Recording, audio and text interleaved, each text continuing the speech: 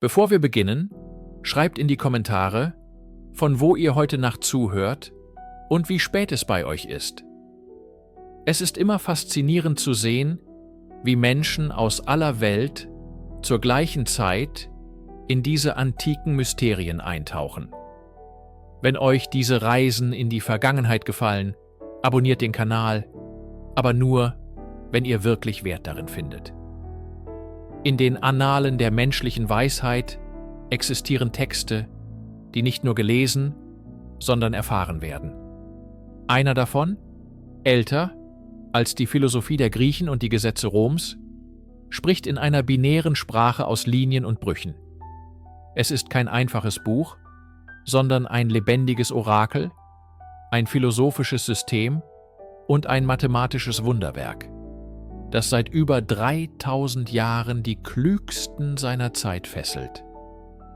Wir sprechen vom I Ching, dem Buch der Wandlungen. Guten Abend. Begleiten Sie mich auf eine Reise in die Stille der Zeit, dorthin, wo die Geschichte selbst noch ein Flüstern ist. Unsere Geschichte beginnt nicht mit einem Buch, sondern mit Fragmenten aus Knochen und Schildkrötenpanzern. Wir befinden uns im späten 19. Jahrhundert in den Ebenen Nordchinas, nahe der alten Shang-Hauptstadt Yin. Bauern, die ihre Felder pflügen, stoßen immer wieder auf seltsame, geglättete Knochenstücke, die mit feinen Rissen und archaischen Schriftzeichen bedeckt sind. In ihrer Folklore sind dies Long Gu, die Knochen von Drachen, die zu Pulver zermahlen, in der traditionellen Medizin als Heilmittel gelten. Doch Ende des Jahrhunderts erkennen Gelehrte wie Wang Yirong den wahren Wert dieser Funde. Es sind keine Drachenknochen. Es ist das Archiv einer Dynastie, das Orakel der Shang-Könige, die vor über 3000 Jahren regierten. Was wir hier sehen, ist die Geburtsstunde einer tiefen Tradition der Weissagung, die sogenannte Scapuli-Manti. Ein Priester oder der König selbst nahm den Schulterknochen eines Ochsen oder den Bauchpanzer einer Schildkröte, bohrte Vertiefungen hinein und setzte ihn dann einer glühenden Hitzequelle aus. Durch die Spannung entstanden knackende Geräusche und ein Netz feiner Risse. Diese Risse waren die Antwort. Sie waren die Stimme der Ahnen, eine Mitteilung des Göttlichen. Die Fragen, die gestellt wurden, waren von existenzieller Bedeutung. Wird die Ernte reich sein? Sollen wir in den Krieg ziehen? Wird die Königin einen Sohn gebären? Jede Frage und die daraus resultierende Interpretation des Rissmusters wurde sorgfältig in die Knochen geritzt. Dies ist der älteste Vorläufer des I Ching, eine binäre Ahnung in den Mustern des Zufalls. Ein Riss konnte als günstig oder ungünstig interpretiert werden, ein Ja oder ein Nein aus einer anderen Welt. In diesen rituellen Handlungen, umgeben von Weihrauch und ernsten Gesichtern, liegt der Keim einer Idee, die die chinesische Zivilisation formen sollte. Die Überzeugung, dass das Universum in Mustern spricht und dass der Weise lernen kann, diese Muster zu lesen. Von den staubigen archäologischen Gräben der Shang-Zeit reisen wir nun weiter zurück, in das neblige Reich des Mythos. Die chinesische Überlieferung schreibt die grundlegende Struktur des I ging nicht einem historischen König, sondern einem legendären Weisen zu, dem Urkaiser Fuxi. Die Legenden malen ein Bild von ihm, wie er vor vielleicht 5000 Jahren am Ufer des Gelben Flusses sitzt und über die Muster der Natur meditiert. Er beobachtet den Tanz der Wolken, die Wellen des Wassers, die Spuren der Vögel im Sand. Eines Tages, so erzählt die Geschichte, stieg ein Fabelwesen aus dem Fluss, manchmal als Drachenpferd, manchmal als göttliche Schildkröte beschrieben. Auf seinem Rücken trug es ein seltsames, symmetrisches Muster aus Punkten, das als He Tu oder Flussdiagramm bekannt wurde.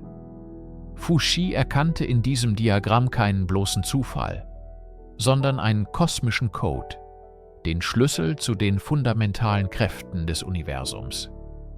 In einem Akt tiefer intuitiver Einsicht übersetzte er diese Muster in ein System von Linien. Er schuf die 8 Trigramme, das Bagua. Jedes Trigramm besteht aus 3 Linien, die entweder durchgezogen oder unterbrochen sind.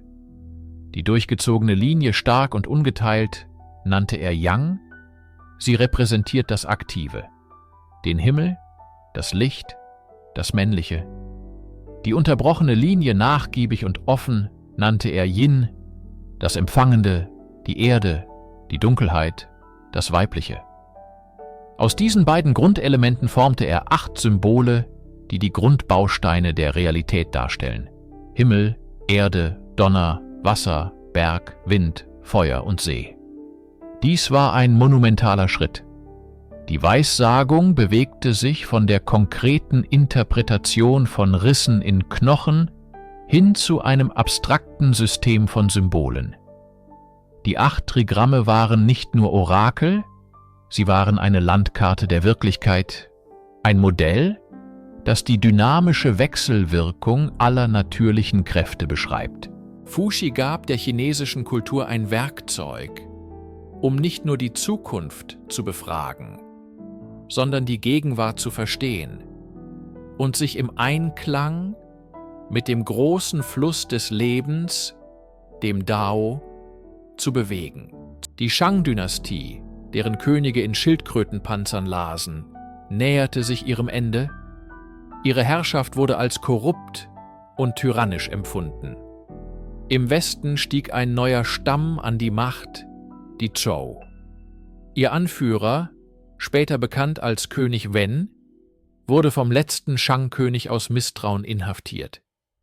Hier, in der Dunkelheit einer Zelle, findet die nächste große Entwicklung des I Ching statt.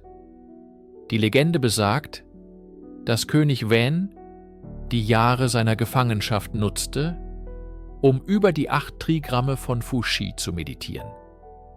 Er sah, dass die 8 Grundkräfte nicht isoliert existierten, sondern sich ständig miteinander verbanden und wandelten.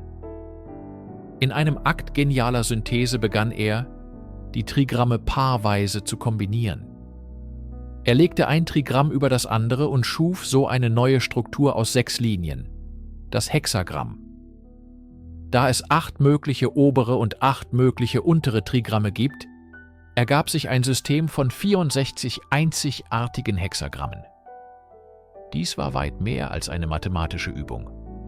Es war die Schaffung eines umfassenden Modells menschlicher Erfahrungen. Jedes der 64 Hexagramme repräsentierte eine archetypische Situation, einen Zustand des Wandels, von der Geburt einer Idee über ihren Höhepunkt bis zu ihrem unvermeidlichen Verfall. Nach seiner Befreiung führte König Wens Sohn, König Wu, die Zhou zum Sieg über die Shang. Um diesen Umsturz zu legitimieren, entwickelten die Zhou eine entscheidende politische und spirituelle Doktrin: das Mandat des Himmels oder Tianming. Sie argumentierten, dass der Himmel seine Gunst nur einem gerechten Herrscher gewährt. Die Dekadenz der Shang hatte gezeigt, dass sie dieses Mandat verloren hatten.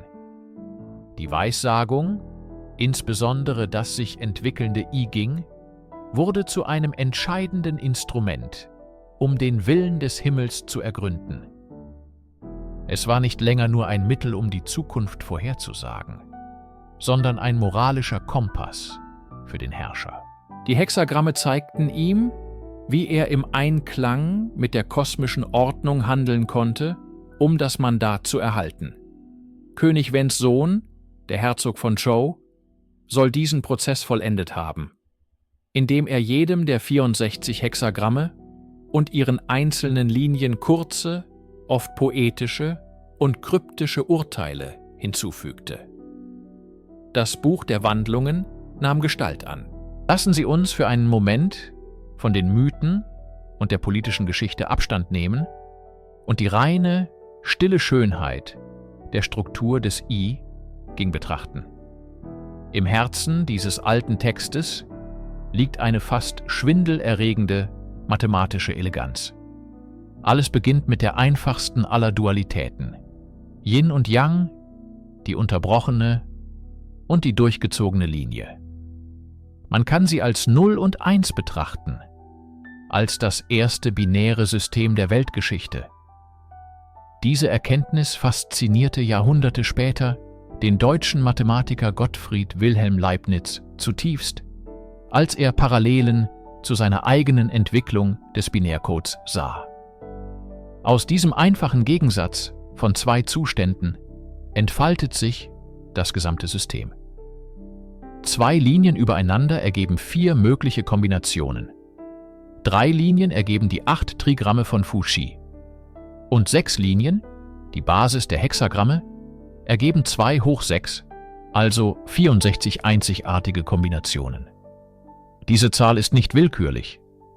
Die 64 Hexagramme bilden ein geschlossenes, vollständiges System.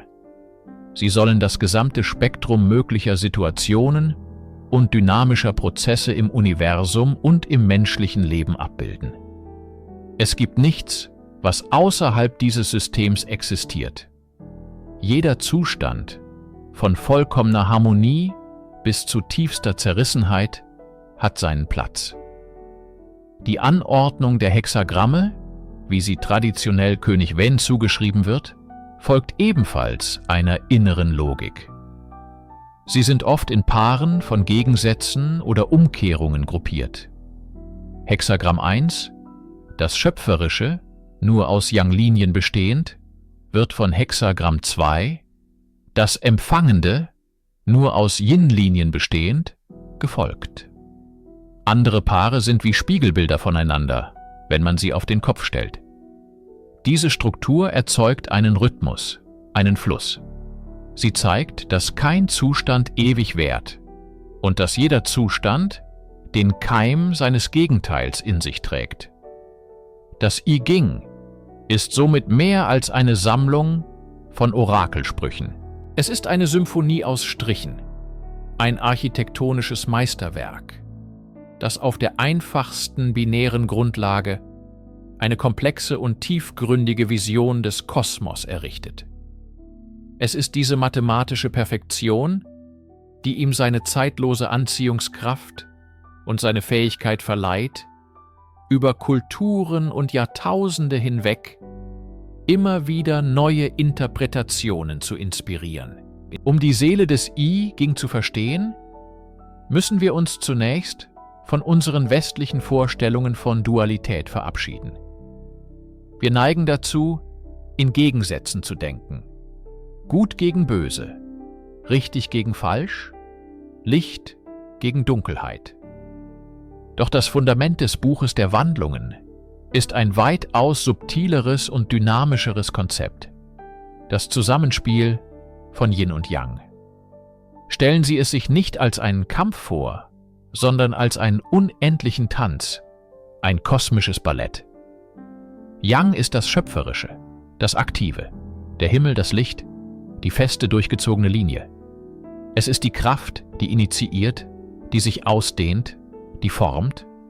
Yin hingegen ist das Empfangende, das Passive, die Erde, die Dunkelheit, die gebrochene Linie. Es ist die Kraft, die nährt, die nachgibt, die zur Vollendung bringt. Das eine kann ohne das andere nicht existieren. Das Licht wirft einen Schatten und der Schatten definiert das Licht. Der Tag weicht der Nacht und die Nacht gebiert den neuen Tag.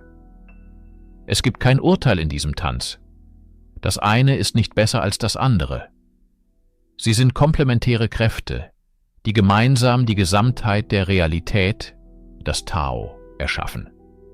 Jedes der 64 Hexagramme ist eine einzigartige Kombination dieser beiden Grundkräfte. 6 Linien, jede entweder Yin oder Yang, bilden eine Momentaufnahme des kosmischen Zustands.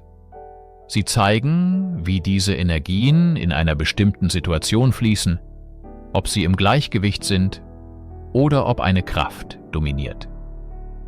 Das I Ging lehrt uns, dass das Leben ein ständiger Wandel ist, ein unaufhörliches Fließen von Yin zu Yang und wieder zurück. Es gibt keine endgültige Ankunft, keinen permanenten Zustand. Weisheit besteht darin, diesen Rhythmus zu erkennen, zu verstehen, wann es Zeit ist zu handeln und wann es Zeit ist, abzuwarten und zu empfangen. Diese einfache, aber tiefgründige binäre Grundlage ist der Schlüssel, der das gesamte komplexe System des I Ging aufschließt. Es ist die Sprache, in der das Universum seine Geheimnisse flüstert. Das I Ging, wie wir es heute kennen, ist das Ergebnis einer langen Evolution. Seine ältesten Schichten sind die Orakelsprüche, die knapp und oft rätselhaft sind. Doch das Buch wäre vielleicht nur eine antiquarische Kuriosität geblieben, wenn es nicht eine tiefgreifende Transformation erfahren hätte. Diese Verwandlung wird traditionell Konfuzius und seiner Schule zugeschrieben und manifestiert sich in den sogenannten 10 Flügeln, den Shiyi.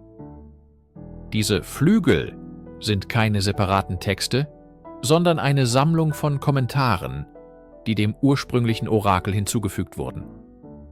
Sie hoben das I Ging von einem reinen Weissagungshandbuch auf die Ebene eines tiefgründigen, philosophischen und kosmologischen Werkes. Stellen Sie sich vor, Sie betrachten ein altes, verwittertes Fresko. Die 10 Flügel sind wie die meisterhafte Restaurierung und Interpretation, die verborgenen Muster und die tiefere Bedeutung der ursprünglichen Pinselstriche offenlegt. Sie erklären die Symbolik der einzelnen Linien, die Beziehung der Trigramme zueinander und die übergeordnete Bedeutung jedes Hexagramms. Vor allem aber verknüpften die konfuzianischen Gelehrten die abstrakten Muster des I Ging mit der menschlichen Ethik und der gesellschaftlichen Ordnung. Das Handeln im Einklang mit dem Kosmos wurde zum Ideal des Edlen.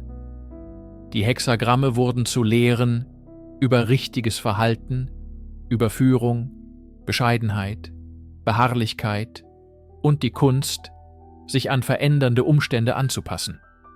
Die Kommentare, insbesondere der große Kommentar, malen ein grandioses Bild eines Universums, das von sinnvollen Mustern durchdrungen ist, und der Mensch ist eingeladen, diese Muster zu erkennen und sein Leben danach auszurichten. Durch die 10 Flügel wurde das I Ging zu einem der 5 Klassiker des Konfuzianismus, einem Eckpfeiler der chinesischen Zivilisation. Es war nicht länger nur ein Werkzeug, um die Zukunft zu befragen, sondern ein Leitfaden für ein weises und ethisches Leben im Hier und Jetzt. Die heute gebräuchlichste Methode, das I Ging zu befragen, ist der Wurf von 3 Münzen. Sie ist schnell, zugänglich und hat ihre eigene Berechtigung.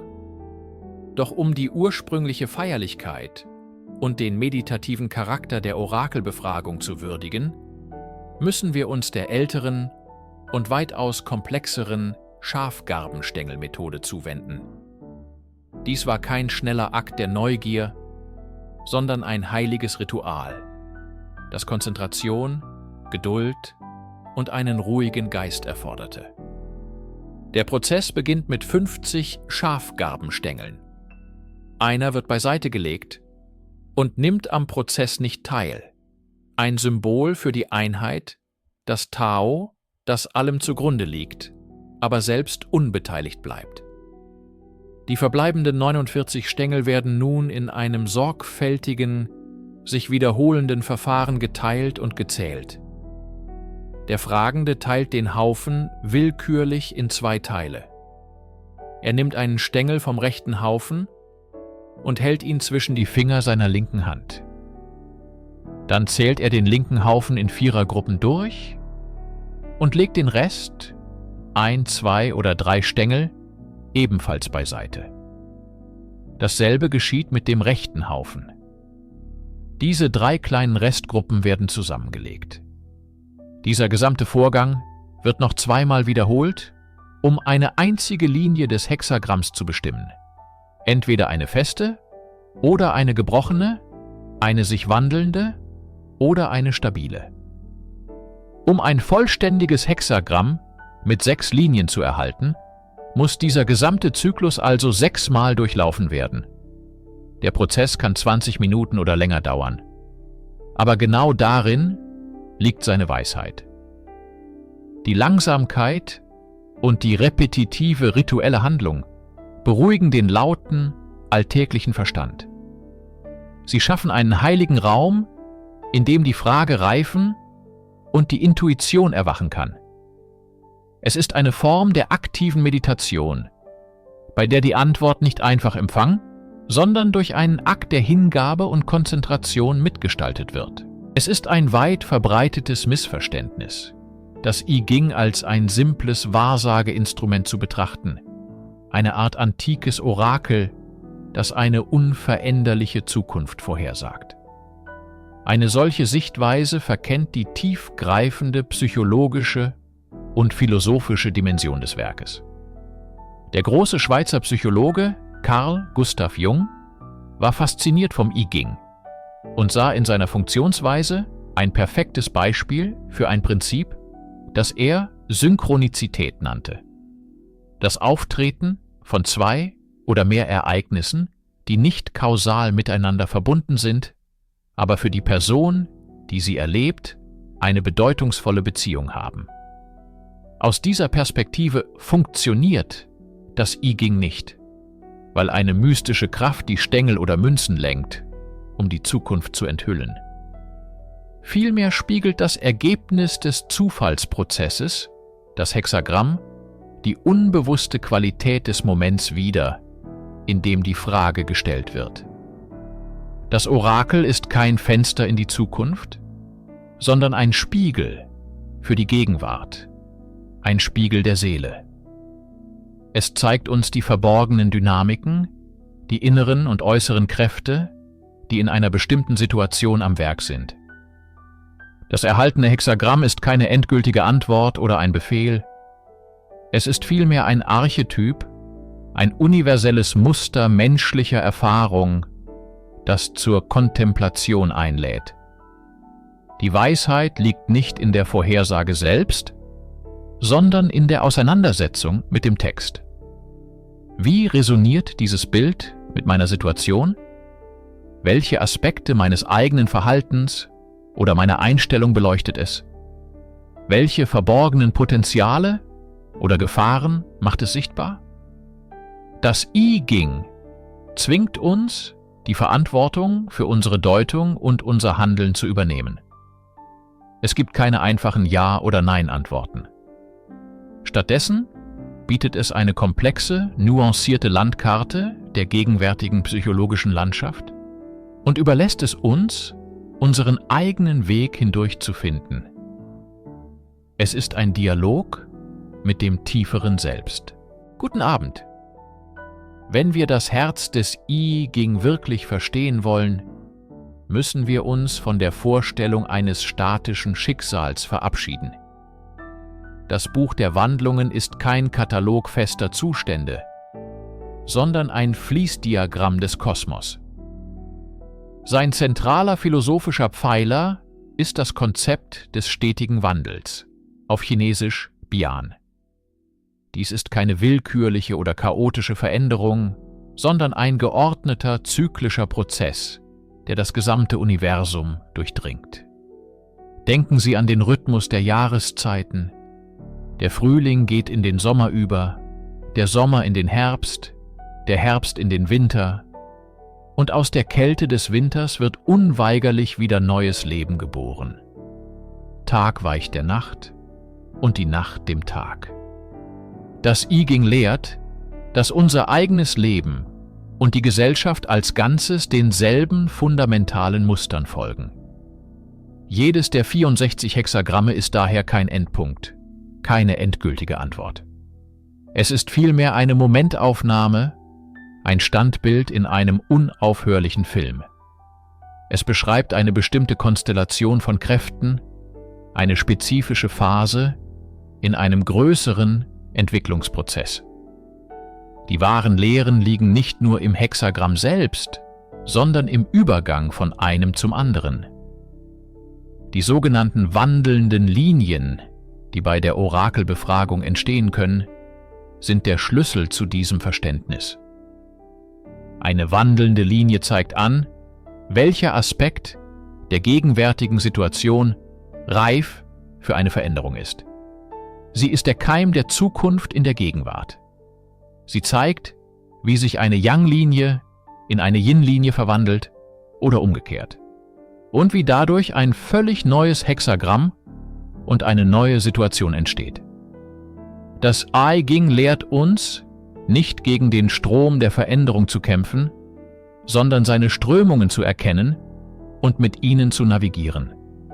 Es geht darum zu wissen, wann man handeln, wann man innehalten, wann man sich zurückziehen und wann man vorstoßen sollte.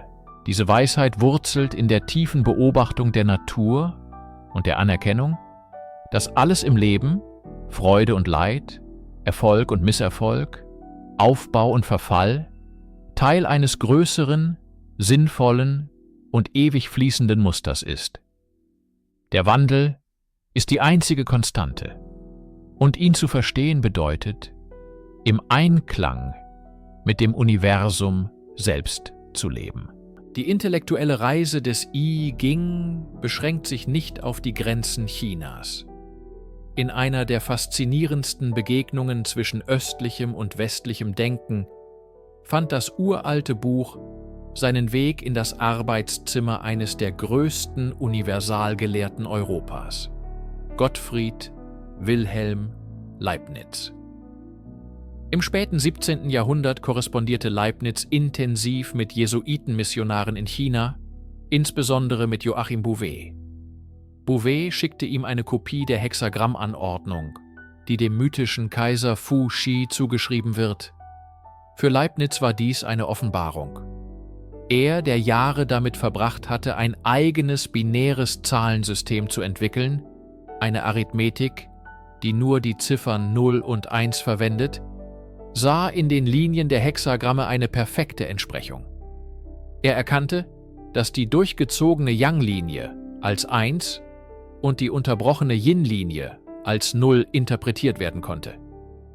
Als er die 64 Hexagramme in der Fuxi-Reihenfolge anordnete und ihre Linien in Nullen und Einsen übersetzte, stellte er fest, dass sie exakt den Zahlen von 0 bis 63 in binärer Schreibweise entsprachen.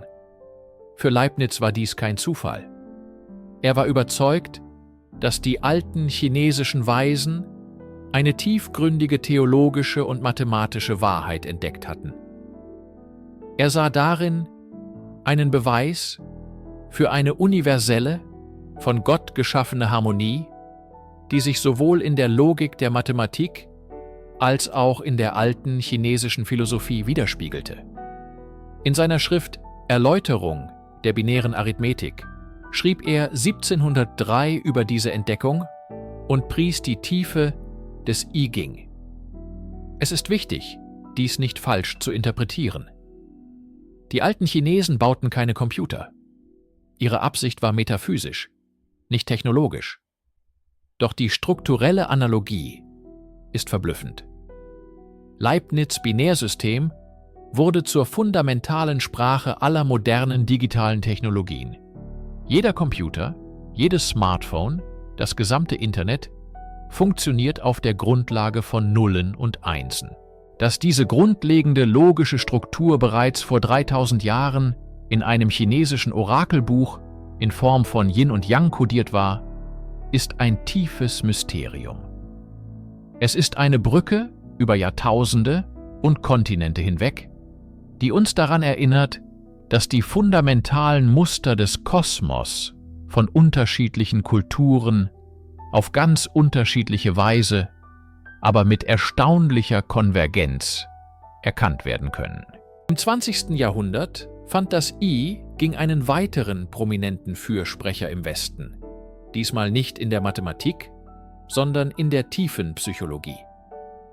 Der Schweizer Psychiater Carl Gustav Jung war zutiefst fasziniert von dem, was er als die abgründige Weisheit des I Ching bezeichnete. Er sah in dem Orakel nicht ein Werkzeug zur Vorhersage der Zukunft im kausalen Sinne, sondern eine Methode, um ein von ihm entwickeltes Konzept zu erforschen: die Synchronizität. Jung definierte Synchronizität als einen akausalen Zusammenhang oder einfacher ausgedrückt als einen sinnvollen Zufall. Es beschreibt das Phänomen, dass ein inneres psychisches Ereignis, ein Gedanke, ein Traum, eine Emotion, bedeutungsvoll mit einem äußeren, physischen Ereignis zusammenfällt, ohne dass eine direkte Ursache-Wirkungsbeziehung erkennbar ist.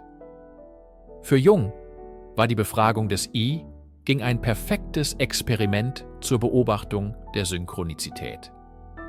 Er argumentierte, dass der Moment der Befragung, in dem die Münzen geworfen oder die Schafgarbenstängel geteilt werden, eine einzigartige Qualität besitzt. Das Ergebnis, das geworfene Hexagramm, sei keine zufällige Antwort, sondern ein Spiegelbild dieser spezifischen Zeitqualität, die sowohl den Zustand des Fragenden als auch die äußeren Umstände umfasst.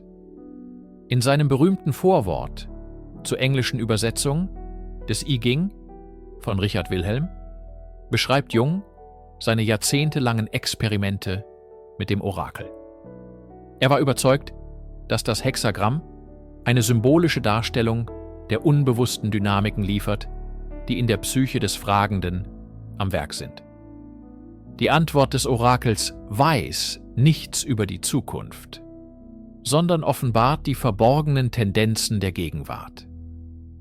Es ist ein Werkzeug zur Selbsterkenntnis, das uns hilft, unsere eigene innere Verfassung in einem größeren, kosmischen Kontext zu sehen. Jungs Ansatz entmystifizierte das I Ching für den westlichen Geist, indem er es aus dem Reich des reinen Aberglaubens herausholte und ihm einen psychologischen Rahmen gab. Er baute eine Brücke, die es ermöglichte, die östliche Weisheit durch die Linse der westlichen Psychologie zu betrachten, nicht als Vorhersage, sondern als tiefgründigen Dialog mit dem eigenen Unbewussten und dem Muster der Zeit selbst. Um die spirituelle Tiefe des I Ching vollständig zu erfassen, müssen wir es im Kontext der chinesischen Philosophie betrachten, insbesondere seiner engen Verwandtschaft mit dem Daoismus. Obwohl das I Ching älter ist als die formalisierten Lehren des Daoismus, wie wir sie aus dem Dao De Jing des Lao Tse kennen, teilen beide dieselbe metaphysische DNA. Sie wurzeln in einer Weltsicht, die das Universum als einen harmonischen, sich selbst regulierenden Organismus betrachtet, der vom Dao, dem Weg oder dem Prinzip durchdrungen ist. Das Dao ist das unbeschreibliche, fundamentale Gesetz des Kosmos, der natürliche Fluss aller Dinge. Der Daoismus lehrt, dass der Weise nicht versucht, der Welt seinen Willen aufzuzwingen.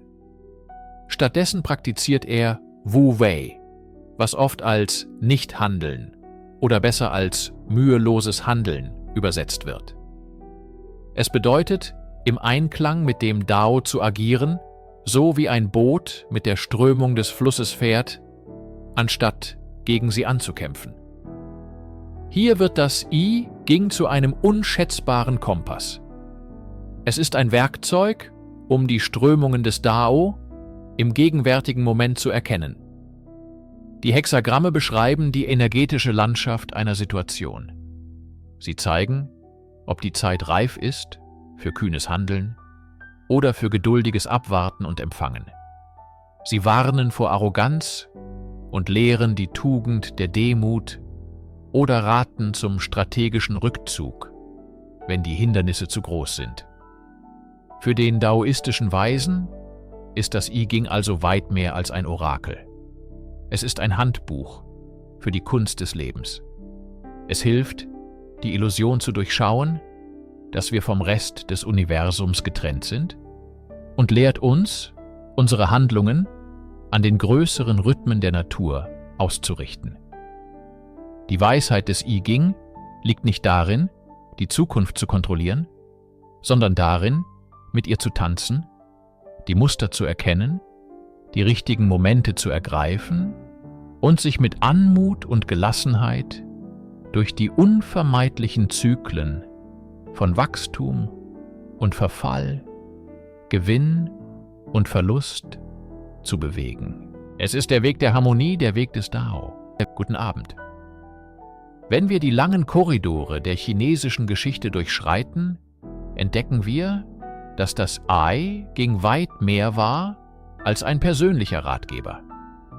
Es war ein fundamentaler Pfeiler der Staatsphilosophie und Gesellschaftsordnung. Die Konzepte von Wandel und Gleichgewicht, die das Buch durchdringen, wurden zum Leitfaden für Kaiser und Beamte, um das riesige Reich im Einklang mit dem Kosmos zu regieren. Im Zentrum dieser Vorstellung stand das Mandat des Himmels, das Tianming. Ein Herrscher regierte nicht durch bloße Macht, sondern durch eine Art göttliche Zustimmung, die auf seiner Fähigkeit beruhte, Harmonie zwischen Himmel, Erde und Menschheit zu wahren. Das I Ching bot das Vokabular und die Methode, um die Zeichen des Himmels zu deuten und entsprechend zu handeln. Eine Dürre, eine Flut oder soziale Unruhen waren nicht einfach nur Ereignisse, sie waren Manifestationen eines Ungleichgewichts, Risse in der kosmischen Ordnung. Ein weiser Herrscher zog das Orakel zu Rate, nicht um die Zukunft vorherzusagen, sondern um die gegenwärtige Situation zu diagnostizieren und den richtigen Weg zur Wiederherstellung der Harmonie zu finden. Die Hexagramme dienten als komplexe Modelle für politische und soziale Situationen. Das Hexagramm 11, Tai, der Friede, symbolisiert eine Zeit, in der Himmel und Erde in fruchtbarer Verbindung stehen. Ein Idealzustand für das Reich. Das Hexagramm 12, Pi, die Stockung, stellt das Gegenteil dar. Eine Zeit der Trennung und des Stillstands, die es zu überwinden galt. Die konfuzianische Staatslehre, die über Jahrhunderte das Fundament der chinesischen Bürokratie bildete, war tief von diesen Ideen durchdrungen. Der ideale Beamte, der Yunzi, war jemand, der die Prinzipien des Wandels verstand und danach handelte, flexibel, aber prinzipientreu, fähig, die subtilen Strömungen der Zeit zu erkennen und das Staatsschiff sicher durch sie hindurch zu steuern. So wurde das I Ching zu einem Spiegel, in dem die Herrschenden die Gesundheit des Reiches ablesen konnten, und zu einem Kompass, der ihnen half, durch die unvermeidlichen Zyklen von Aufstieg, Blüte und Niedergang zu navigieren. Es lehrte eine Herrschaft, die nicht auf Zwang, sondern auf Anpassung und dem Verständnis für die tiefen Rhythmen des Universums beruhte. Die Weisheit des I Ching floss nicht nur in die Paläste der Kaiser, sondern auch in die stillen Ateliers der Künstler und Gelehrten. Seine Prinzipien formten über Jahrtausende eine einzigartige Ästhetik, die in der Malerei, der Kalligraphie und der Gartenkunst ihren Ausdruck fand. Betrachten wir eine klassische chinesische Landschaftsmalerei, ein Shanshui-Bild. Wir sehen mehr als nur Berge und Wasser. Wir sehen den Tanz von Yin und Yang. Der massive, aufragende Berg ist Yang, aktiv, stark, himmelwärts strebend. Das fließende, weiche Wasser ist Yin, empfangend, nachgiebig, sich an die Erde schmiegend. Die Harmonie des Bildes entsteht nicht durch die bloße Abbildung der Natur, sondern durch das dynamische Gleichgewicht dieser Gegensätze. Der leere Raum auf dem Seidenpapier oder der Leinwand ist dabei ebenso bedeutsam wie die bemalten Flächen. Diese Leere, das Konzept des Kong, ist reines Yin. Sie ist nicht nichts, sondern das Potenzial, aus dem alle Formen entstehen. Sie gibt den Bergen Raum zum Atmen und den Flüssen Raum zum Fließen. Der Künstler, der die Prinzipien des I Ching verinnerlicht hat, malt nicht einfach ein Objekt. Er fängt dessen Qi, dessen Lebensenergie, ein. Jeder Pinselstrich ist eine Manifestation von Wandel und Energie. In der Kalligraphie wird dies noch deutlicher. Die Bewegung des Pinsels, der Druck, die Geschwindigkeit, die Dichte der Tusche, all dies sind Ausdrucksformen des ständigen Flusses, des Übergangs von Fülle zu Leere, von Kraft zu Anmut. Ein Schriftzeichen ist nicht nur ein Symbol, es ist eine Momentaufnahme eines kosmischen Tanzes. Auch die berühmten chinesischen Gärten sind Mikrokosmen, die nach den Prinzipien des I Ching gestaltet sind. Jeder Stein, jeder Teich, jede Pflanze ist sorgfältig platziert, um eine harmonische Balance zu schaffen. Der verschlungene Pfad zwingt den Besucher, langsam zu gehen, innezuhalten und die subtilen Veränderungen der Perspektive wahrzunehmen. Eine physische Metapher für die Reise durch die Wandlungen des Lebens.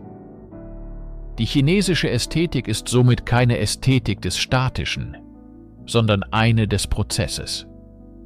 Sie feiert nicht die vollendete Form, sondern den ewigen Wandel, das subtile Spiel der Kräfte, das dem Universum zugrunde liegt. Eine Philosophie, die direkt aus den 64 Hexagrammen des Buches der Wandlungen entsprungen ist.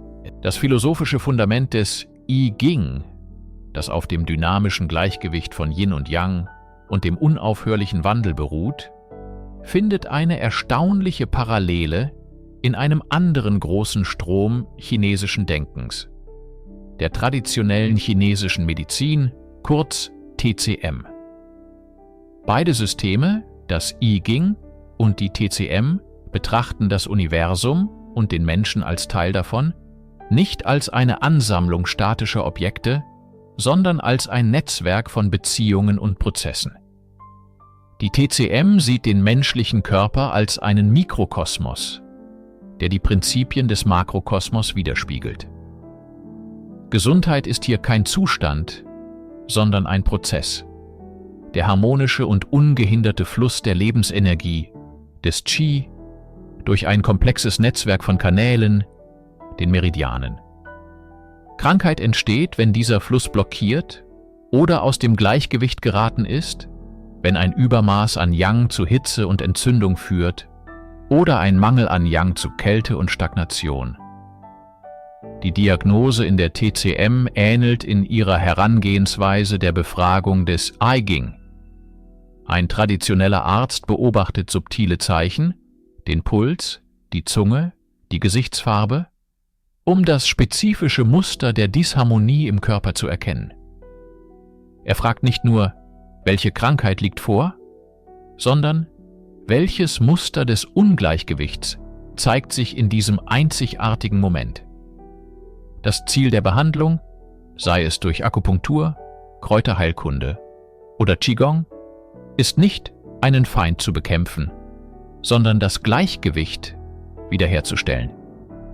Eine Akupunkturnadel wird an einem bestimmten Punkt gesetzt, um einen blockierten Meridian zu öffnen und den Fluss des Qi wieder in Gang zu bringen, ganz so wie ein weiser Rat aus dem I Ching helfen kann, eine festgefahrene Lebenssituation wieder in Bewegung zu versetzen.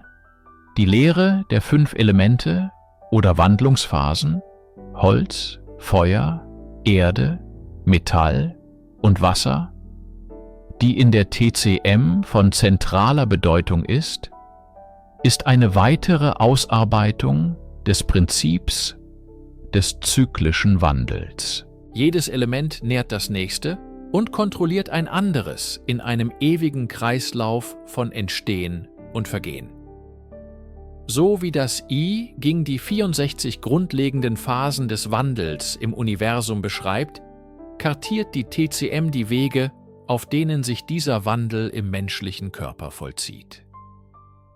Es sind 2 Sprachen, die dasselbe tiefe Verständnis von der Welt beschreiben.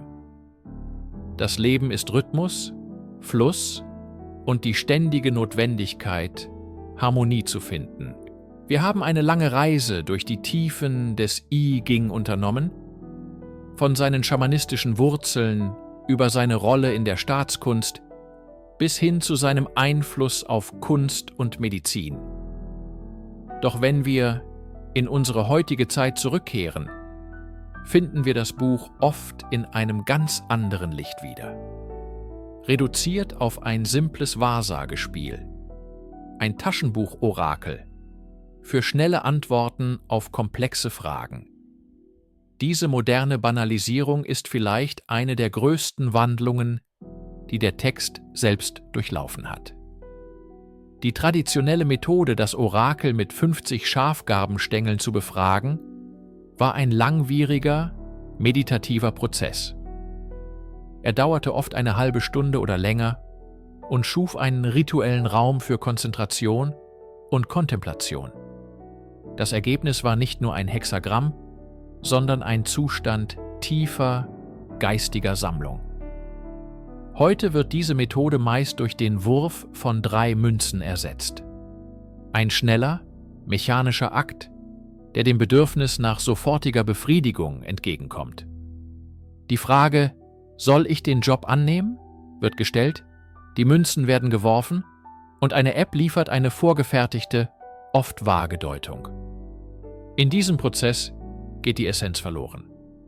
Das I Ching wird zu einem externen Automaten, der Antworten ausspuckt, anstatt ein Spiegel zu sein, der uns hilft, die Antwort in uns selbst zu finden. Die tiefgründigen, oft mehrdeutigen und poetischen Texte der Urteile und Linien werden auf simple Ratschläge oder psychologische Allgemeinplätze verkürzt. Die Komplexität des Wandels, die Vorstellung, dass jede Situation den Keim ihres Gegenteils in sich trägt, wird ignoriert zugunsten einer einfachen Ja-Nein-Logik. Dieses Phänomen ist nicht neu und auch nicht ausschließlich negativ. Es zeigt die anhaltende Faszination und das menschliche Bedürfnis nach Orientierung. Doch es birgt die Gefahr, ein Instrument von unglaublicher philosophischer Tiefe zu einem trivialen Spielzeug zu degradieren. Es ist, als würde man eine Stradivari-Geige als Paddel benutzen. Man kann damit vorankommen, aber man verpasst die Musik. Die Herausforderung für den modernen Suchenden besteht darin, hinter die Fassade des schnellen Orakels zu blicken und sich auf die langsame, bedächtige Weisheit des Textes einzulassen. Es geht nicht darum, die Zukunft vorherzusagen, sondern darum, die Gegenwart in ihrer ganzen Komplexität zu verstehen und zu lernen, mit Anmut und Weisheit durch die unvermeidlichen Wandlungen des Lebens zu navigieren. Nach seiner Popularisierung im Westen während der Gegenkultur des 20. Jahrhunderts geriet das I Ching oft in den Dunstkreis der Esoterik und des New Age. Dort wurde es, nicht unähnlich dem Tarot oder der Astrologie, primär als Orakel zur schnellen Beantwortung alltäglicher Fragen verstanden. Doch diese Reduktion, so verständlich sie sein mag, übersieht die immense philosophische und psychologische Tiefe, die das Werk in sich birgt. Im 21. Jahrhundert erleben wir nun eine bemerkenswerte intellektuelle Wiederentdeckung. Akademiker, Philosophen und sogar Wissenschaftler verschiedener Disziplinen nähern sich dem Buch der Wandlungen mit neuem Respekt und methodischer Strenge. Sie befreien es von der Schicht des Sensationalismus und legen seinen Kern als ein komplexes Systemdenken frei. In der Philosophie wird es als ein frühes Beispiel für Prozessphilosophie und dialektisches Denken untersucht, das Parallelen zu Heraklit oder Hegel aufweist. In der Systemtheorie fasziniert seine binäre Struktur, die Leibniz einst inspirierte, und seine Fähigkeit, komplexe, dynamische Zustände in einem eleganten Modell abzubilden. Man erkennt darin nicht nur eine Sammlung von Aphorismen, sondern eine präzise mathematische und symbolische Architektur.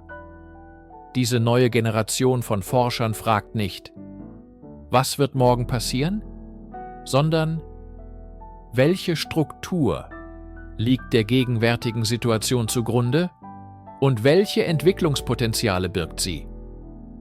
Sie nutzen das I Ging als Werkzeug zur Mustererkennung und zur Analyse von Komplexität. Es wird zu einem Spiegel, der nicht die Zukunft vorhersagt, sondern die verborgene Ordnung der Gegenwart enthüllt. Diese akademische Renaissance ist von entscheidender Bedeutung. Sie holt das I Ging aus der Nische des Mystizismus zurück ins Zentrum des menschlichen Strebens nach Weisheit und Erkenntnis, dorthin, wo es in der chinesischen Geistesgeschichte über Jahrtausende seinen festen Platz hatte. Es ist die Rückkehr zu seiner wahren Natur, ein tiefgründiger Dialogpartner für den denkenden Geist. Das Herzstück des I Ging ist seine einzigartige Sprache, eine Sprache, die nicht aus Worten, sondern aus Symbolen besteht. Die 64 Hexagramme sind weit mehr als nur Orakelzeichen. Sie bilden eine Art universelle Grammatik des menschlichen Erlebens. Jedes Hexagramm, zusammengesetzt aus 2 der 8 Trigramme, stellt einen archetypischen Zustand dar, eine grundlegende Situation, mit der sich jeder Mensch im Laufe seines Lebens konfrontiert sieht.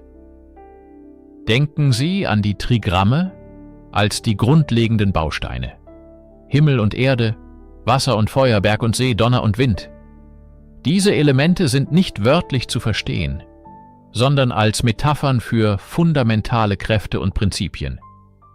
Der Himmel steht für das Schöpferische, die Erde für das Empfangende, das Feuer symbolisiert das Haftende, das Klare, während das Wasser für das Abgründige, das Gefährliche steht. Wenn diese Bausteine zu einem Hexagramm kombiniert werden, entsteht eine komplexe, nuancierte Beschreibung einer Situation.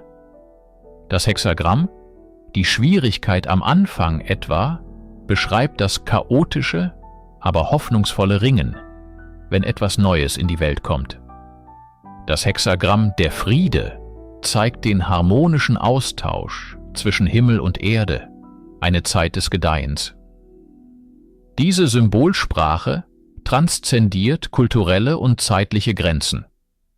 Während die spezifischen Kommentare und Ratschläge im Text tief in der chinesischen Kultur verwurzelt sind, sprechen die zugrunde liegenden Muster eine universelle Sprache. Die Erfahrung des kreativen Durchbruchs, der Frustration des Stillstands, der Notwendigkeit des Rückzugs oder des Mutes zum Handeln. All dies sind universelle, menschliche Erfahrungen. Das I Ging gibt uns ein Vokabular, um diese Zustände nicht nur zu benennen, sondern ihre innere Dynamik zu verstehen. Es ist, als würde man die Grammatik des Wandels selbst erlernen, eine Fähigkeit, die Muster im Fluss des Lebens zu erkennen und sich bewusst in ihnen zu bewegen, anstatt passiv von ihnen mitgerissen zu werden. Unsere moderne Welt ist geprägt von einer beispiellosen Geschwindigkeit und Komplexität. Wir werden mit einer Flut von Informationen konfrontiert und stehen unter dem ständigen Druck, schnelle, rationale Entscheidungen zu treffen. Doch oft führen uns rein logische Analysen in eine Sackgasse, weil sie die subtilen, nicht-linearen Aspekte einer Situation ignorieren. Genau hier bietet das I Ging einen radikal anderen Ansatz, einen Weg der Stille im Sturm. Die Konsultation des Buches ist ein zutiefst meditativer Akt. Der Prozess, sei es durch das Werfen von Münzen oder das traditionelle Sortieren von Schafgarbenstängeln, zwingt uns zur Verlangsamung. Er schafft einen rituellen Raum, der uns aus dem reaktiven Modus unseres Alltags herauslöst. In diesem Moment der Stille geht es nicht darum, eine magische Antwort von einer externen Quelle zu erhalten. Es geht darum, die eigene Intuition zu befragen und die Perspektive zu wechseln. Das erhaltene Hexagramm fungiert als Spiegel. Es fordert uns auf, unsere Situation aus einem neuen, unerwarteten Blickwinkel zu betrachten. Vielleicht haben wir einen entscheidenden Faktor übersehen. Vielleicht ist unsere eigentliche Frage falsch gestellt. Das I Ching antwortet selten mit einem einfachen Ja oder Nein. Stattdessen zeichnet es ein Bild der herrschenden Kräfte und Tendenzen. Es rät vielleicht zur Geduld, wenn wir ungestüm vorpreschen wollen, oder ermutigt zum Handeln, wo wir aus Angst zögern. Es lehrt uns, dass die richtige Handlung nicht nur von der Situation abhängt, sondern auch vom richtigen Zeitpunkt. In einer Kultur, die sofortige Ergebnisse und klare Algorithmen verherrlicht, ist diese Form der Weisheit eine leise Revolution. Sie ehrt das Zögern, die Kontemplation und die Anerkennung, dass nicht alle Probleme durch reine Willenskraft gelöst werden können. Sie bietet einen Weg, um mit Unsicherheit umzugehen, nicht indem man sie eliminiert, sondern indem man lernt, im Einklang mit den natürlichen Rhythmen des Wandels zu handeln. Nachdem wir durch die Geschichte, die Struktur und die Anwendung des I Ching gereist sind, erreichen wir seinen tiefsten philosophischen Kern. Jenseits der 64 Hexagramme, jenseits der Texte und Kommentare, liegt das, was man das ungeschriebene Hexagramm nennen könnte. Das Tao selbst, die unmanifestierte Einheit, aus der alle Muster des Wandels hervorgehen. Die 64 Situationen sind nicht die Realität in ihrer Gesamtheit. Sie sind Fenster, durch die wir auf die unendliche Komplexität des Kosmos blicken. Das I Ching ist kein abgeschlossenes System, das die Welt ein für allemal erklärt. Es ist vielmehr eine Einladung zu einem endlosen Gespräch. Ein Gespräch mit uns selbst, mit der Situation, in der wir uns befinden und letztlich mit der Natur der Realität. Das Buch erhebt nicht den Anspruch, die Wahrheit zu besitzen. Es bietet eine Sprache an, mit der wir unsere eigene Wahrheit im Dialog mit dem Leben finden können. Seine wahre Meisterschaft liegt nicht darin, alle Hexagramme auswendig zu kennen, sondern darin, den Geist des Buches zu verinnerlichen. Eine Haltung der Offenheit, der Demut und des Respekts vor den Mysterien des Wandels.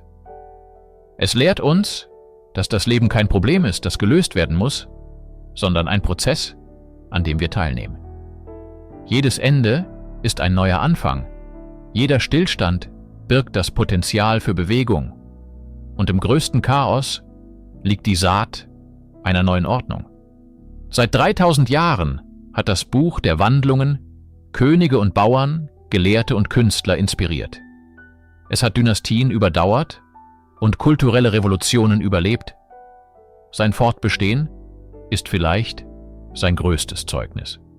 Es erinnert uns daran, dass die tiefsten Fragen der Menschheit nach Sinn, nach dem richtigen Handeln, nach unserem Platz im großen Gefüge zeitlos sind.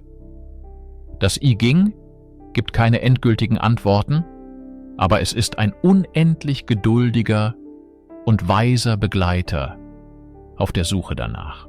Es bleibt ein offenes Buch, dessen letztes Kapitel immer das ist, das wir gerade in unserem eigenen Leben schreiben.